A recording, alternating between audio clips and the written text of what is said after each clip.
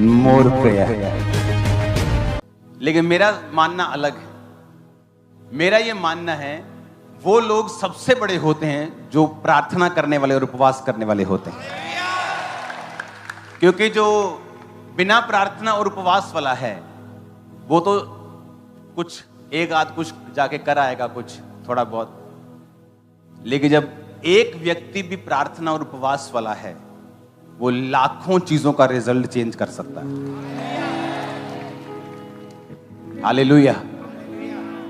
तो आपकी प्रेयर्स कितनी पावरफुल हैं ये आपको अब अंदाजा हो चुका होगा। हो गया कि नहीं हुआ?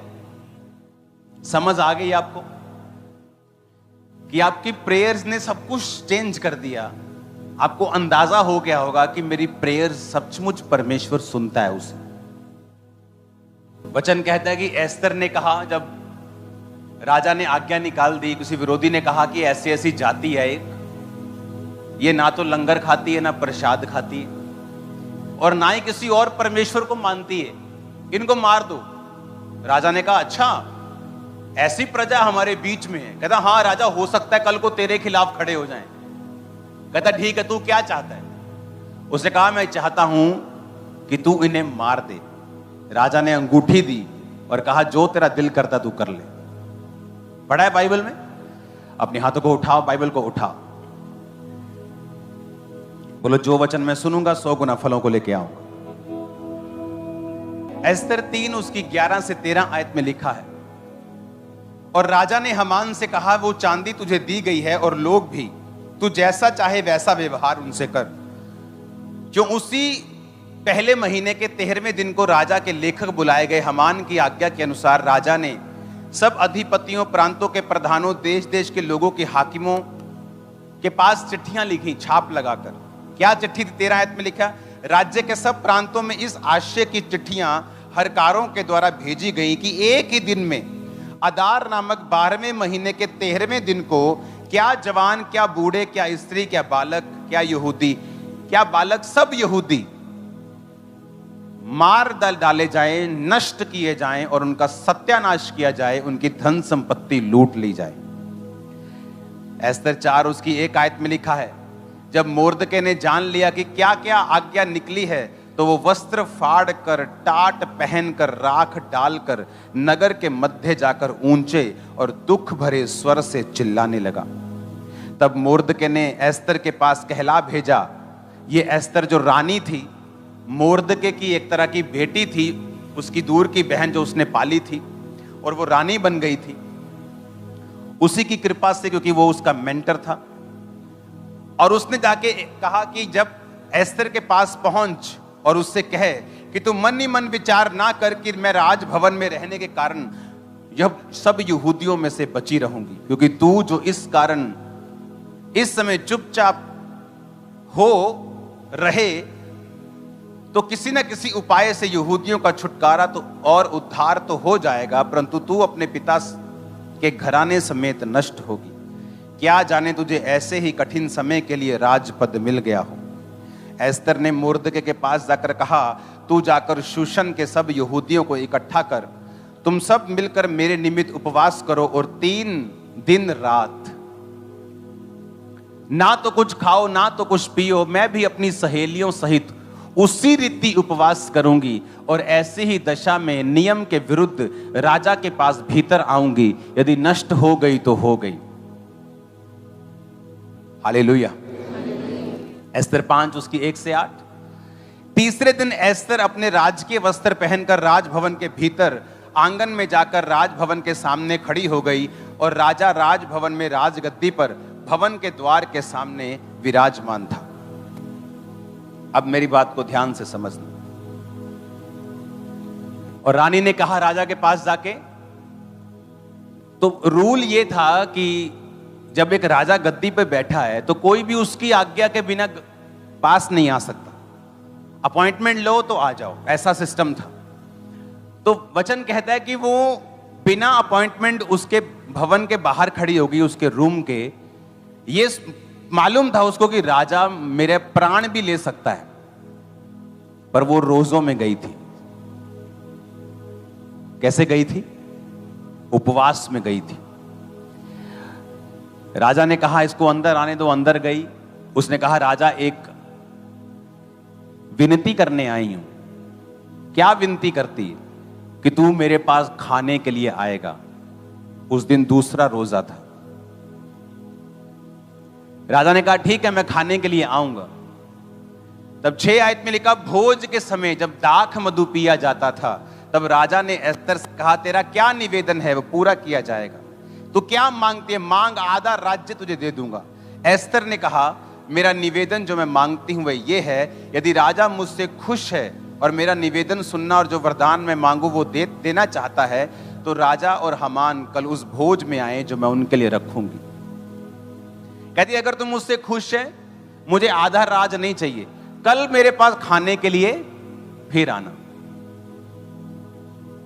और उसने क्या पिया था? 6 आयत में क्या लिखा है? पढ़ो 6 आयत में। भोजन के समय क्या पी रहा था? क्या होता है ये? अल्कोहल वाली ड्रिंक, शराब बोलते जिसको। क्या पी रहा था राजा? राजा मसीह में नहीं था, परमेश्वर का नहीं था, अन्य जाति राजा था। यह रानी मसीह में थी। और राजा के किसी खास बंदे ने कपट के साथ यह आज्ञा निकाल दी, क्योंकि वो यहूदियों से नफरत करता था, कि सारे यहूदी एक दिन में मार दिए जाएं। जब मोर्दके को बात मालूम हुई तो उसने रानी से कहा कि तू अंदर जो गई है ना, राजगद्दी के ऊपर बैठी है, शायद परमेश्वर ने तुझे भेजा है, अब आलसी मत होना।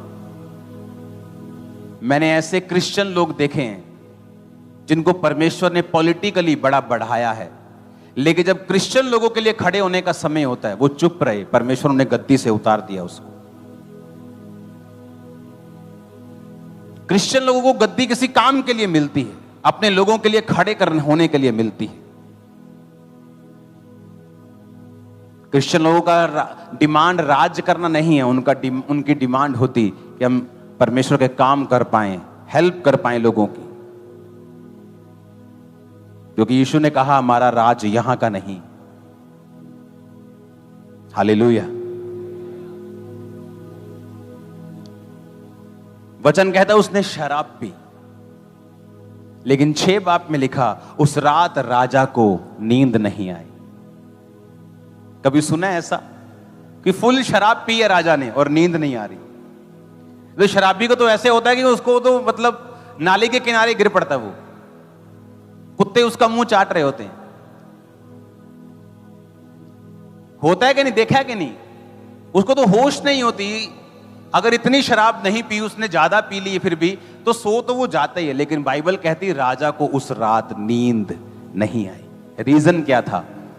वो रोजे, वो प्रार्थना जो सारे यहूदी और एस्तर मिलके कर रहे थे।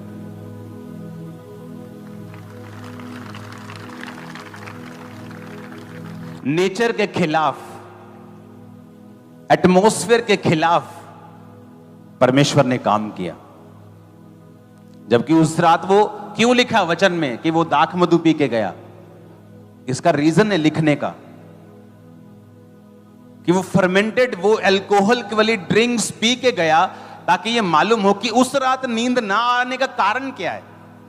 ऐसा नहीं लिखा कि कॉफी पी के गया कि भाई साहब कॉफी पी ली नींद नहीं आई, कि चाय ज्यादा पी ली 2 कप नींद नहीं आई। लिखा वो शराब पी के, मदिरा पी के, दाख मधु पी के। दाख मधु और दाख रस फर्क है। जहां दाख मधु आया वो स्ट्रॉन्ग ड्रिंक पी के वो गया, लेकिन उस रात नींद नहीं आई। शराब पी के भी नींद नहीं आई। जब नींद नहीं आई उसने कहा ऐसा करो, रिकॉर्ड निकालो। तो बाइबल कहती है, इतिहास की पुस्तक कहता लाई जाए और पढ़ के राजा को सुनाई जाए। तो उसमें लिखा हुआ मिला कि एक बंदा है मोर्दके नाम का, जब तेरे खिलाफ 2 बंदे तुझे मारने का प्लान कर रहे थे, तो मोर्दके ने उनका प्लान जाहिर कर दिया था और तुझे बचा लिया था। कहता अच्छा इतनी बड़ी बात हो गई। तो फिर क्या किया मोर्दके का? उसको कोई पैसा दिया, कोई घर दिया, कोई जमीन दी, कुछ उसको ऊंचा किया। उसके बदले में उसको क्या दिया? कहते कुछ नहीं दिया। कहते उसको बुलाओ। वो वही मोर्दके था जो एस्तर का भाई था, एस्तर को पालने वाला। देखो रोजे क्या कर रहे थे, रोजे प्रार्थना क्या कर रही थी। देखा सारा कुछ बदल रही थी परमेश्वर के लोगों के हक में। और उधर नमान जो दुश्मन था, एक फांसी का फंदा बनवा के लेके आया कि आखिरी दिन जो होगा ना भोज का, मैं राजा को बोलूंगा कि एक बंदा है मोर्दके, मेरे को पसंद नहीं, उसको मैं फांसी पे लटकाना चाहता हूं। रानी के कहने के अनुसार राजा फिर तीसरे दिन उसके पास गया और रानी ने कहा, मैं एक आज्ञा तुझसे मांगती हूं कि मेरा प्राण और मेरे लोगों का प्राण बचा लिया जाए। यह तीसरा दिन था। रानी ने ना तो कुछ खाया था ना तो कुछ पिया था। राजा के दिल में उसके प्रति प्यार परमेश्वर भर रहा था। उसने कहा, क्या चाहिए तेरे को? उसने कहा, वो लोग जो मेरे हैं, मैं भी नाश हो जाऊंगी अगर उनका नाश हुआ। राजा को गुस्सा आ गया, किसने किया ये सारा कुछ? इसी दुष्ट हामान ने जो तेरे साथ बैठा खा रहा है। राजा जब क्रोध में ऐसे गया दूर, गुस्सा आ गया उसको, दूर चला गया। और पीछे जो हमान था उसने सोचा कि अब हुन पैर फाड़ लो रानी दे, हुन बचाते होना नहीं। जैसे वो रानी के पैर पकड़ने गया, जब राजा मुड़ा तो उसे ऐसा लगा कि वो रानी के ऊपर कोई गलत काम कर रहा है, गलत काम करने की आंख से गया। उसको और गुस्सा आया। कहता, बाहर जो ये फांसी का फंदा लेके आया है ना, मोर्दके के लिए, उस फांसी के फंदे पे इसी को लटका दो। और हुआ क्या? सारे राज में चिट्ठियां फैला दी गई कि कोई यहूदी उस दिन मारा नहीं जाएगा। और जितने प्लान कर रहे थे कि इस दिन इनको मार देंगे, मोहल्ले में कुछ गुंडे लोग होते हैं ना, मालूम होता है कि ये गुंडा बिरादरी, गुंडा लोग हैं, ये गुंडे हैं सभी, कि ये सब प्लान कर रहे हैं। यहूदियों को पता था किन किन लोगों ने प्लान किया। जो प्लान कर रहे थे सारे मारे गए उस दिन, और सारा यहूदी कौम बचाई गई। Fasting, prayer. हालेलुया। ऊंची आवाज में नारा मारो जरा।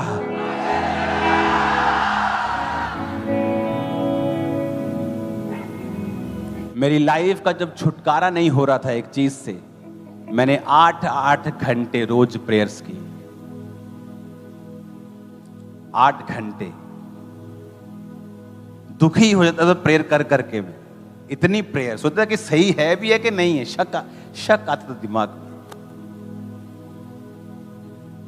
लेकिन आप छुटकारा चाहते हैं आधे घंटे की प्रार्थना से। आपका केस इतना बड़ा है, मेरा हस्बैंड मुझसे बात नहीं करता, मेरी फैमिली खराब है, हमारा फाइनेंस खराब है। प्रेयर कितनी है जी? आधा घंटा। जब 3 दिन रात रोजे रखे, पानी नहीं पिया, परमेश्वर ने राजे का मन बदला। नींद नहीं आई, इतिहास की पुस्तक निकाली गई, हर एक चीज उनके फेवर में चलती गई। कभी प्रार्थना करके देखा है? रोज उपवास करके देखे हैं? रोज कि हफ्ते में 2 उपवास करने हैं, रोज कम से कम 3 घंटे प्रार्थना करनी। 2.5 घंटे तो विश्वासियों के लिए है जिन्होंने अच्छा जीवन बिताना है, बंधनों से निकलना है, तो उससे ऊपर प्रार्थना करनी पड़ेगी। हालेलुया। आप मेरी बात समझ रहे कि नहीं?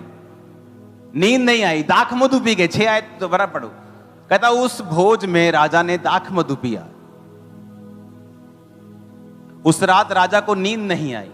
भोज के समय दाख मधु जब पिया जाता था तो राजा ने एस्तर से कहा, तेरा क्या निवेदन है? ऐसा भी तो लिख सकती थी बाइबल कि भोजन के समय राजा ने कहा, तेरा क्या निवेदन है, लेकिन दाख मधु का जिक्र किया गया है स्पेशली।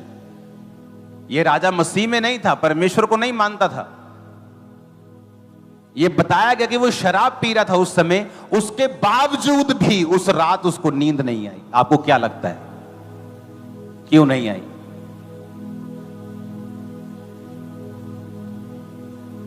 आपको मालूम है कल आपका कोर्ट में केस है, परसों आपके कोर्ट की तारीख है। आपको फास्टिंग, उपवास में, प्रार्थना में जाना चाहिए। देखो रिजल्ट आता है कि नहीं। आपने कुछ गुनाह भी किए हों, परमेश्वर आपको माफ कर देगा, सजा कम से कम कर देगा, जल्दी छुड़ा देगा। वो देखो तो सही। लेकिन 2 दिन पहले तो आप ब्लू फिल्म देख रहे हैं, 2 दिन पहले तो आप दोस्तों के साथ घूम रहे हैं। आप परसों मेरी तारीख यार बहुत टेंशन है यार, लाई यार 2 पैग से टेंशन दूर नहीं होगी। लेकिन जो आत्मिक लोग हैं उन्हें मालूम है कि ये मसला भी खड़ा हो रहा है, ये मसला खड़ा हो रहा है, मुझे प्रेयर करनी, ये प्रॉब्लम खड़ी हो रही, मुझे प्रेयर करनी, मेरी लाइफ में ये छुटकारा नहीं आ रहा, मुझे प्रेयर करनी, मेरी फैमिली में उद्धार नहीं आ रहा, मुझे प्रेयर करनी, सेवकाई में ग्रोथ नहीं है, बढ़ोतरी नहीं है, मुझे प्रेयर करनी। आप प्रेयर करेंगे, परमेश्वर फिर उस प्रेयर के मुताबिक आपके रास्ते खोलेगा। आप लाख कोशिश कर लो, राजा की नींद रोक सकती थी वो? कितना भी राजा अपनी पत्नी से प्यार क्यों ना करता, उसकी नींद नहीं रोक सकती थी वो। शराब पी तो उसने सोना है, ये 100% है। लेकिन वचन कहता है, फिर से पढ़ेंगे, उस रात राजा को नींद नहीं आई। शराब पीने के बावजूद नींद नहीं आई। कई लोगों के घरों में पतियों से, बाप से पूछते हैं, क्यों पीने? मेरे नींद नहीं आती, पी के मैं सो जाना। बोलते हैं कि नहीं? हाँ बोलते हैं ना। पर देखो, राजा इतने पैग लगाया, बेचारे को नींद नहीं आई। स्वर्गदूत जब दिमाग हिलाता है तो नींद नहीं आती। जब आप फास्टिंग और प्रेयर करते हैं, हेवन दूत आपके ऊपर भेजे जाते हैं, आपके लिए काम करते हैं, आप एक मैग्नेट बन जाते हैं परमेश्वर की ब्लेसिंग्स का। सारी आपके आसपास की दुनिया आपके फेवर में काम करना शुरू कर देती है जब आप प्रार्थना और उपवास करते हैं। एक पाप में घुसा हुआ बंदा और बंदी प्रार्थना नहीं कर सकता। उन्हें पता है उनके जीवन में पाप है, उनके जीवन में कमी है, उनके जीवन में रिलेशनशिप्स हैं, गलतियां हैं। वो प्रार्थना करेंगे, उनको मालूम है परमेश्वर सुनेगा नहीं, क्योंकि वचन कहता है अगर तुम मुझसे प्यार करते हो तो मेरी आज्ञाओं को मानोगे। पवित्र बन जिस तरह तेरा बुलाने वाला पवित्र है। जब आप पवित्रताई में होंगे और प्रार्थना में होंगे और उपवास रखेंगे, आपकी सुनी जाएगी, 100% सुनी जाएगी। कोई शक नहीं, कोई दो राय नहीं कि आपकी सुनी ना जाए। मसले बड़े बड़े हैं, प्रार्थना छोटी है। मसले बहुत बड़े, बच्चा नहीं हो रहा जी 30 साल से, प्रार्थना कितनी है? आधा घंटा। आत्मा में बढ़ना चाहते हैं जी, लंगड़े चलाना चाहते हैं, प्रेयर कितनी है? 1 घंटा। तुम्हारे पास पीने के लिए अगर 1 गिलास पानी है, या तो तुम पी सकते हो या दूसरा पी सकता है। लेकिन अगर मेरे पास एक पूरा वाटर कूलर होगा तो मैं भी पीऊंगा, लोगों को पिलाऊंगा। पानी तो 1 गिलास है, अभी 1 घंटे से या तो तुम चलोगे या लोगों को चलाओगे। तुम्हारी प्यास नहीं बुझ रही, तुम्हारी जरूरतें आत्मिक पूरी नहीं हो रही, तुम लोगों की कैसे पूरी करोगे? रोज रात को, शाम को मैंने बैठ जाना प्रार्थना पे, और 4 से 5 से 6 घंटे उस समय, उसके बाद मॉर्निंग प्रेयर करनी। रोज घंटों, मेरे छुटकारे से पहले परमेश्वर ने मुझे घंटों रोज प्रार्थना में बिठाया। बैठ जाना, वर्शिप सुननी, फिर प्रेयर करनी, बैठ जाना, फिर वर्शिप सुननी, फिर प्रेयर करनी, फिर वर्शिप सुननी, फिर प्रेयर करनी, और बैठे रहना एक ही स्थान के ऊपर और प्रार्थना करते रहना। यीशु मसीह ने कहा, एक औरत एक पापी के पास रोज जाती, मेरा काम कर। और पापी सोचता है एक दिन कि ना मैं परमेश्वर से डरता हूं, ना किसी बंदे की परवाह करता हूं, लेकिन ये औरत बार बार मेरे पास आके तंग करती। कहता मैं किसका काम कर देता हूं, नहीं तो रोज मेरे नाक में दम करेगी। यीशु मसीह ने कहा, देखो वो पापी क्या सोचता है। अगर पापी ऐसा सोचता है तो मैं उन लोगों का न्याय क्यों नहीं करूंगा जो दिन और रात मेरे नाम की दुहाई देते हैं। वो साफ कह रहा है, कहता तुम्हें चाहिए मांगो, दिन रात लग जाओ। तुम्हें कुछ चाहिए तो मांगो ना, मांगो तो दिया जाएगा। तुम्हारा स्वर्गीय पिता तुम्हारे मांगने से पहले जानता है तुम्हें किन वस्तुओं की जरूरत है, लेकिन देता तभी है जब तुम मांगते हो। एक है कि मेरे को मालूम है कि मेरे एक वर्कर को बाइक की जरूरत है, लेकिन मैं भी चुप बैठा हूं, जब मांगेगा तब मैं दे दूंगा। आप समझ रहे मेरी बात? तो यीशु ने कहा, मांगो तो दिया जाएगा, ढूंढो तो तुम पाओगे, खटखटाओ तो तुम्हारे लिए खोला जाएगा। हालेलुया। अगर हमने मांगा ही नहीं, परमेश्वर कहता है मैं दूंगा कैसे तेरे को? मांगो तो दिया जाएगा। अपनी फैमिली के लिए आपकी प्रेयर नहीं, चर्च के लिए प्रेयर नहीं, अपने लिए प्रेयर नहीं, प्रेयर लाइफ मोस्टली लोगों क्रिश्चियन लोगों की जीरो है, खासकर बंदों का और बुरा हाल है। उन्हें लगता है वाइफ प्रार्थना कर रही तो सब ठीक है, जबकि वचन के मुताबिक एक घर की अगुवाई एक बंदे को करनी है और वाइफ को वो सब संभालना है जो बंदा बना रहा है। Like and subscribe. Hit that like button and subscribe for more.